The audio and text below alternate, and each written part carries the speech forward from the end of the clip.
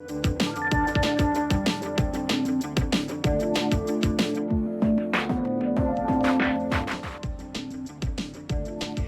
10 anos, a Lei 12.711, conhecida como Lei das Cotas, criou a reserva de vagas para estudantes das escolas públicas e de baixa renda.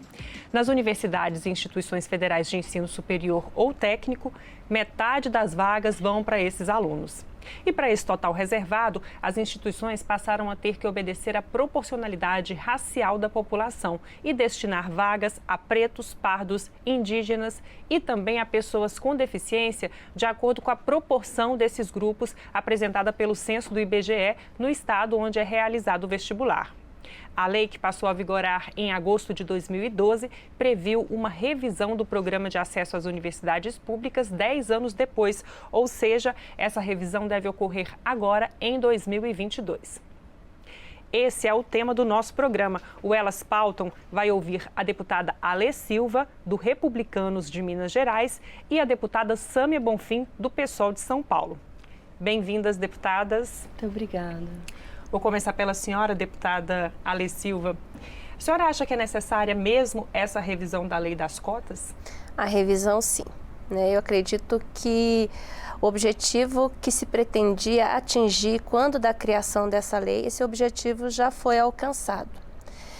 Olha, eu vim de uma comunidade muito pobre, muito carente em Petrópolis. Vivi lá até os 7 anos de idade. Depois eu fui adotada por um casal de descendentes de alemães, cuja realidade ainda não era muito diferente. Nós vivíamos em extrema pobreza. E o que eu identificava já naquela época, e quando me lembro de tudo que aconteceu, eu nunca vi racismo, né? Todos nós estávamos submetidos às mesmas condições. Então, todas as oportunidades que eu tive, mas que eu tive que lutar muito, muito para conseguir, para poder estudar. Veja bem, até os meus 16 anos de idade, eu só tinha o 4º ano do ensino fundamental. Depois é que eu consegui voltar à escola, mas com 21 anos de idade eu estava dentro da faculdade de Direito, sem qualquer tipo de cota, sem qualquer tipo de privilégio. Então, as mesmas condições que eu estava submissa e as mesmas oportunidades que eu tive que lutar por elas, ninguém me deu, as pessoas negras também tiveram. Então, hoje, eu tenho a grata satisfação de encontrar com vários profissionais negros que estudaram comigo sem qualquer tipo de cota e obtiveram sucesso profissional, talvez até um pouco além daquele sucesso profissional que eu alcancei. Deputada Sâmia, como que a senhora pensa sobre essa questão? A senhora também acha que a lei precisa de uma revisão, de um aperfeiçoamento, de mudanças? A própria lei prevê que, ao se completar 10 anos, ela precisa ser revista. Mas essa revisão, na verdade, no meu ponto de vista, significa um aprimoramento. No que ela pode avançar? A lei de cotas nas universidades, ela foi uma revolução no que é a cara e a presença dos estudantes nesses espaços. Hoje, 70% dos estudantes das universidades e dos institutos federais são oriundos de baixa renda, são jovens que não teriam, muito provavelmente, a oportunidade de transformar suas vidas e transformar o futuro das suas famílias se não fosse a lei de cotas. E não por uma incapacidade, mas pela desigualdade de condições que a sociedade os impõe. E as cotas raciais são parte fundamental disso. Eu estudei na Universidade de São Paulo, em 2007. Quando eu entrei, ainda não havia lei de cotas. Era uma universidade majoritariamente branca, era muito raro você encontrar o estudante negro. Hoje, quando eu retorno para a universidade, para dar palestras, participar de atividades, eu posso ver que a universidade é outra. Hoje existem muitos jovens negros. Isso tem um impacto muito grande no mercado de trabalho, nos postos de comando, nas posições de liderança da sociedade. Essa é a ferramenta. Eu acho que esse ano a revisão da lei de cotas precisa vir aprimorada junto com o pensamento sobre política de permanência estudantil.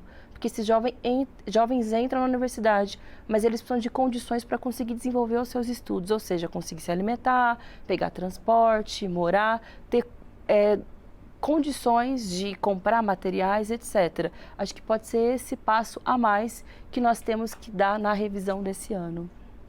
Então, deputadas, a gente sabe que aqui na Câmara tramitam vários projetos de lei nesse sentido, né? Propondo mudanças, alguns para tornar essa política ainda mais forte, né, com políticas mais afirmativas ainda, como a senhora mencionou, da Bolsa Permanência, e também tem propostas que prevêem a exclusão da subcota racial, né? Também para prever apenas uma cota social ou até mesmo a extinção, como a senhora comentou. Eu queria que as senhoras comentassem como que as senhoras veem, né, esse ambiente político e essa possibilidade de votação de propostas como essa e outras também, né, que tratem dessa revisão da lei de cotas nesse momento aqui na Câmara. Vou começar agora por você, deputada Sâmia. Acho que o movimento negro hoje no Brasil e no mundo inteiro está numa ofensiva. Não admite que se passe nenhum caso de racismo sem resposta. E a tentativa de retroceder na lei de cotas vai ser um ato racista, se isso ameaçar acontecer. Por isso é tão fundamental que os parlamentares reflitam sobre o tema e o impacto que isso tem na vida das famílias brasileiras e na realidade das universidades. É inadmissível retroceder nesse direito, porque isso de fato foi uma revolução na cara das universidades e na realidade hoje do mercado de trabalho. Não identificar que existe racismo na sociedade é também um ato racista. Basta a gente observar o que acontece hoje no parlamento, por exemplo. Quantos deputados e deputadas negras a gente tem nesse espaço? Não é por falta de capacidade, falta de vontade, mas é por diferenças de condições na sociedade. São os negros os que mais são mortos pela violência policial, por exemplo. São os que têm mais dificuldade de ter acesso a bons trabalhos, não por incapacidade, mas porque o racismo, o preconceito, a discriminação o desestimulam a isso. O que aconteceu com o Genivaldo em Sergipe, por exemplo, que foi asfixiado num carro, foi por racismo, porque ele estava sem capacete. Mas quantas pessoas andam sem capacete por aí, recebem somente uma advertência, tem algum tipo de apreensão da sua carteira? O próprio presidente da República faz motociata sem capacete, nada acontece com ele. Agora, com o sujeito negro abordado, ele acabou inclusive sendo asfixiado dentro de um carro. Então o racismo é uma chaga muito forte da sociedade brasileira e uma das formas de combatê-lo é garantindo, fortalecendo a política de cotas, fortalecendo a presença da população negra em espaços que são criados para muitas vezes dificultar o acesso deles, mas com a política de cotas essa realidade tem se modificado no Brasil. Deputada Alê Silva, qual a sua opinião em relação a esse ambiente político e a possibilidade de votação dessas propostas? Olha, onde há cotas, para mim, é uma grande possibilidade de fraudes. Eu contraponho o que a nobre deputada disse, que esse senhor ocorreu essa tragédia com ele por ser negro. Aconteceu por ele ser pessoa. Aliás, há uma distorção muito grande. Eu mesma sofri uma perseguição ideológica recentemente no ambiente público. E muitos vieram e disseram para mim assim, você sofreu essa violência porque você é mulher, né? Essa perseguição. Eu disse, não, é porque eu tenho o meu posicionamento político, então não podemos confundir as coisas. Que essa fatalidade que aconteceu com esse senhor, inclusive a PRF já se posicionou, já declarou que o comportamento daqueles policiais não representa o comportamento da categoria, não foi em razão dele ser negro. Foi em razão daquele momento que está sob investigação. E a modelo disso nós temos várias outras ações, que a pessoa se diz vítima da sociedade, vítima da polícia porque ele é negro. Não, eu já fui assaltada, ou melhor, já tentaram me assaltar e o autor da tentativa era um rapaz loiro do olho verde. Então, quando a gente vê que a questão da violência não está diretamente ligada à cor da pele da pessoa. Com relação à revisão das cotas, com todo respeito aos posicionamentos contrários, eu entendo que cota só deveria ser considerada a cota social. Volto a destacar e me dar como exemplo. Eu vim de uma comunidade muito pobre e alcancei o sucesso profissional por um esforço meu, muito grande. Então, todos aqueles que realmente trabalham, lutam, batalham por um objetivo, todos eles têm as mesmas condições de alcançar o sucesso profissional, financeiro, material, independentemente da cor da pele. O Brasil aqui não existe racismo estrutural. Não nego que exista pessoas racistas, sim, existe. Eu tenho irmão negro, né? Minha mãe, ela teve 3 filhos, um deles é filho de negro. E eu e ele, nós nunca tivemos problema com a cor. Pode ser que ele tenha tido com algumas pessoas, mas nunca ele foi impedido de entrar em algum lugar por ser negro. Ele nunca sofreu qualquer abordagem policial por ser negro, e olha que a gente morava numa localidade bem pobre. Então, eu acho que a gente tem que tirar esse discurso do vitimismo. Todos nós somos iguais. Aliás, é uma questão até filosófica. O ser humano é a razão. E a razão está acima do tom da pele, está acima da raça, está acima do sexo. Razão é a personalidade e o caráter. Então, a pessoa tendo personalidade, sendo bom caráter, trabalhador, independentemente da cor da pele, ele há de ter sucesso. Deputada Sâmia, a senhora que defende, né, a lei das cotas, que tipo de benefício para a sociedade a senhora vê que essa lei trouxe nesses 10 anos aí de vigência? Eu conheço muitas pessoas que tiveram a sua vida completamente transformada porque tiveram essa oportunidade de acessar a universidade pública, de jovens que hoje levam inclusive de volta para suas comunidades o conhecimento que eles desenvolvem naquele espaço do saber. Acredito inclusive que a lei de cotas ela pode ser ampliada no Brasil, seja garantindo também, se tratando de instituições de ensino, a política de permanência estudantil como uma forma de garantir, né, ampliar a permanência deles, como ampliando para outros espaços, como por exemplo os espaços de poder. Defender cotas no parlamento é fundamental, porque cada vez que uma pessoa negra ou uma cota de gênero, por exemplo, que uma mulher está nesse espaço, significa mais democracia, mais representação real do que existe na sociedade. E significa criar um mecanismo para tentar reparar os problemas estruturais que acabam acometendo essa população. Existe sim racismo no Brasil. E ele está expresso nos dados, está para além do que é da opinião das pessoas, do que elas pensam. Uma mulher negra, ela chega a ganhar até 70% a menos do que um homem branco, mesmo desempenhando a mesma função no mercado de trabalho. Se você for olhar o retrato do que é hoje o assassinato de jovens no Brasil, você vê que os principais vitimados são jovens negros. Olha a composição do parlamento, do judiciário no Brasil. Então, políticas afirmativas, elas são uma das formas, não é a única, mas é uma das formas de combater esse racismo, que é presente inclusive na boca de autoridades. Isso precisa ser combatido no Brasil, mas eu tenho certeza que o Brasil vai seguir avançando, que por mais que se tenha uma tentativa de retrocesso, há uma capacidade de mobilização muito grande hoje do movimento negro, que não vai admitir que discursos racistas se perpetuem e que sejam naturalizados. Deputadas, a gente sabe que, assim como aqui existem opiniões diferentes nessa nossa conversa aqui, deputada Alia Silva, outras pessoas também, como a senhora, defendem que haja outras formas de inclusão, né, na educação superior. Eu queria ouvir da senhora quais seriam as propostas, né, a ideia para melhorar o acesso desses estudantes que vêm das escolas públicas, né, de comunidades de baixa renda, a uma educação de qualidade. Sim, nós temos que revisar o nosso plano de ensino. Infelizmente, há uma grande propagação de ideologias junto às escolas, né? E isso acaba deturpando a mentalidade dos nossos alunos. Nós temos que devolver o poder de autoridade ao professor, né? Muito se desenvolveu aquela ideia de que o professor é o opressor e o aluno é o oprimido. Nós temos que afastar isso, nós temos que devolver esse poder de autoridade ao professor. Com relação à presença dos negros aqui na Câmara, eu destaco que os partidos de esquerda que tanto defendem essa ideia, que tanto questionam o racismo e a ausência de negros aqui, eles também não apresentam na maioria dos seus políticos pessoas negras ou de outras etnias. Então, eu acho que esses partidos de esquerda poderiam, ao invés de querer impor à sociedade um sistema de cotas, eles mesmos trazer esse exemplo, né? Ele ensinar pelo exemplo. Eu ainda sou, com relação ao ensino, defendo a cota social, porque eu sei que a pessoa, quando ela é de baixa renda, aí sim ela vai ter dificuldade de ingressar, por exemplo, no ensino superior.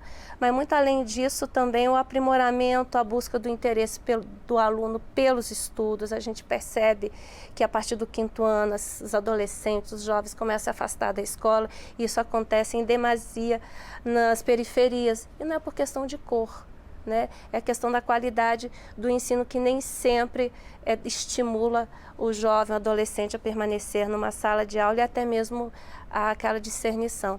Então, o que eu defendo é isso, é cota social para dar oportunidade àqueles que não conseguiram, na sua infância, adolescência e juventude, pagar o ensino privado. E também devolver a autoridade para o professor e rever o plano de ensino, tornando-o mais atraente e a convencer a esses jovens a ficarem dentro de uma sala de aula. Deputada Sami, a cota social seria uma saída? Resolveria esse problema também de uma forma geral, da questão do preconceito, como a senhora comentou? É evidente que a gente precisa manter as cotas sociais, mas também as cotas raciais, porque são dois mecanismos casados que visam equiparar dois tipos de desigualdades que são diferentes, que na maioria das vezes acometem o mesmo setor da população, mas que precisam ser identificados e ter políticas específicas. Cotas raciais, porque existe muita desigualdade de renda, desigualdade social no Brasil. Tem poucos bilionários, mas tem milhões de famintos hoje no Brasil e essa desigualdade vem se acentuando cada vez mais. Então é preciso de um mecanismo para que jovens pobres possam também acessar os espaços institucionais, mas também cotas raciais, porque o racismo é um mecanismo secular no Brasil, que desde a escravização não houve reparação o suficiente para que a gente possa ver todos os espaços, os de poder, os espaços educacionais, institucionais, com a representação real da sociedade brasileira. Por isso, são dois mecanismos casados. É evidente, é necessário investir em educação básica, mas a gente precisa repensar completamente o que vem acontecendo com a educação no Brasil para que isso seja uma realidade. O que a gente vê hoje é cortes sucessivos à educação, seja superior ou seja na educação básica. Nunca se investiu tão pouco em universidade, mas também em educação infantil no Brasil. A prioridade do governo esse ano, por exemplo, foi aprovar o ensino domiciliar. Como é que se defende boas escolas se você está privatizando, colocando como responsabilidade das famílias o direito e o acesso à educação? E é preciso garantir emprego, sim, renda para a população brasileira. Mas quando se repete uma política que não aposta no desenvolvimento social, a gente vai ver essa situação de miséria e de racismo se agudizando. Por isso que as cotas vão seguir sendo um mecanismo poderoso de reparação. Deputada Alê Silva, então, diante dessa revisão aí que é proposta, né, 10 anos depois, a senhora acredita que a exclusão dessa subcota racial seria suficiente para atualizar e manter essa legislação vigente? Evidentemente que não. Né? E eu também não defendo aquela exclusão definitiva. Eu acredito que nós poderíamos começar um trabalho gradual, porque nada, quer dizer, tudo que é impactante não é positivo para a sociedade. Então, agora a sociedade ela já está acostumada há mais de 10 anos com essa legislação, não seria simplesmente chegar e tirar. Seria realmente começar um trabalho gradual com isso, porque a cota racial ela é racista em si. Ela divide as pessoas em branco, negro, índio. E no entendimento da maioria dos brasileiros, nós já fizemos essa pesquisa. Nós todos somos iguais. A raça ela é uma só, ela é humana. Ocorreram erros no passado? Ocorreram. Nós não negamos isso. E é triste. Eu acho que nenhum humano jamais deveria ser escravizado. Tivemos outros históricos de escravização pelo mundo, em guerras, pós-guerras. Não foram só os brancos que escravizaram os negros, os próprios negros também escravizaram os negros lá. Os muçulmanos escravizaram negros. Então, é um reparo assim que não cabe só ao Brasil. Nós temos toda uma humanidade a cuidar disso. Então, eu entendo sim que nós tivemos uma evolução muito grande na própria sociedade. Quem visita a escola, quem viveu o meu tempo, né, de uma sala multisserial que de primeiro e quarto ano ficava todo mundo dentro de uma mesma sala, tendo uma única professora, lecionando sobre todas as matérias. E hoje a gente vai nas escolas, vê que cada série, a sala é separadinha, tudo bonitinho. Então a gente vê que houve uma evolução. Então eu acredito que nessa questão social nós também evoluímos, as pessoas amadureceram, todas elas, negros, brancos, pobres, índios, todos estão participando da política brasileira. Então, em nome dessa maturidade política, é que eu entendo que nós podemos sim começar a rever de forma gradual ok? A alcançar a verdadeira justiça, que é reconhecer que todos somos iguais. Deputadas, a gente vai chegando ao final do programa. Eu vou dar mais 2 minutos para cada uma fazer as considerações finais, acrescentar algo mais que tenham deixado passar. Vou começar por você, deputada Sâmia. Eu acredito que, infelizmente, nem todos avançaram politicamente, nem todos amadureceram. Ainda há quem negue que existe racismo na sociedade. Não é verdade que a população brasileira não vê diferenças entre si. Eu acho que quem é brasileiro sabe que o racismo e a desigualdade social significa necessariamente exclusão, dificuldade de acessar espaços que culturalmente, historicamente, são criados para e por pessoas brancas elitizadas. Essa realidade tem que mudar. Nas universidades ela já vem mudando graças às políticas de cotas, por isso que elas precisam permanecer. Cotas sociais e cotas raciais. O racismo ainda é uma realidade. Existem parlamentares que têm discursos racistas. Isso precisa ser combatido. E com a presença de universitários negras e negras, com certeza isso é um passo importante para que eles possam contribuir cada vez mais com a intelectualidade, com o desenvolvimento científico, com o desenvolvimento político do Brasil, para que a gente de fato tenha um combate ao racismo estrutural, que infelizmente ainda é muito presente na sociedade brasileira. Deputada Alê Silva. Contesto, no Brasil não há racismo estrutural. Existem pessoas racistas e nem todos os fatos trágicos relacionados a pessoas negras estão diretamente ligados à condição de cor dessa pessoa. Poderia ser contra um branco, que aliás acontece muito no Brasil. Os brancos também sofrem muita violência, agressões, injustiças. Eu sofri isso. Eu sofro com isso constantemente, não por eu ser mulher, mas por ter uma ideologia política, ter uma posição política firme. Não temos racismo estrutural. O que nós temos são pessoas racistas, às vezes, que atacam outros, e essas pessoas eu entendo que elas devem sim responder em juízo. Agora, o que eu identifico também é que muitos partidos, eles usam essa questão da identidade negra, do racismo, como base política. E acaba querendo transformar o movimento negro, a população negra, como massa de manobra. E eu sou terminantemente contrário a isso. Eu volto a dizer, respeito demais negro, branco, pardo, índio, pobre, rico. Eu acho que todos nós aqui dentro das nossas desigualdades e igualdades temos direito a ascender. E aí é a questão da cota social. Darmos chance a quem realmente não tem condições. Exemplo rápido para finalizar. Em Santa Catarina, eu vivia com um casal de alemães que nós trabalhávamos na roça. Muito pobres, por sinal. Nós éramos pobres. Mas eu tratava no sindicato rural e lá quem atendia era um casal de negros, dentistas, muito ricos. Negros, ricos. Eu, branca, pobre. E aí, como equilibrar essa relação? Então, fica aqui meu grande abraço. Prazer em debater com a senhora. É sempre muito bom estar aqui presente, conversando com o grande público. Tá certo, deputadas. Muito obrigada, deputada Alê Silva. Muito obrigada, deputada Sâmia. Eu conversei sobre a lei das cotas com as deputadas Sâmia Bonfim, do PSOL de São Paulo, e Alê Silva, do Republicanos de Minas Gerais. Até a próxima.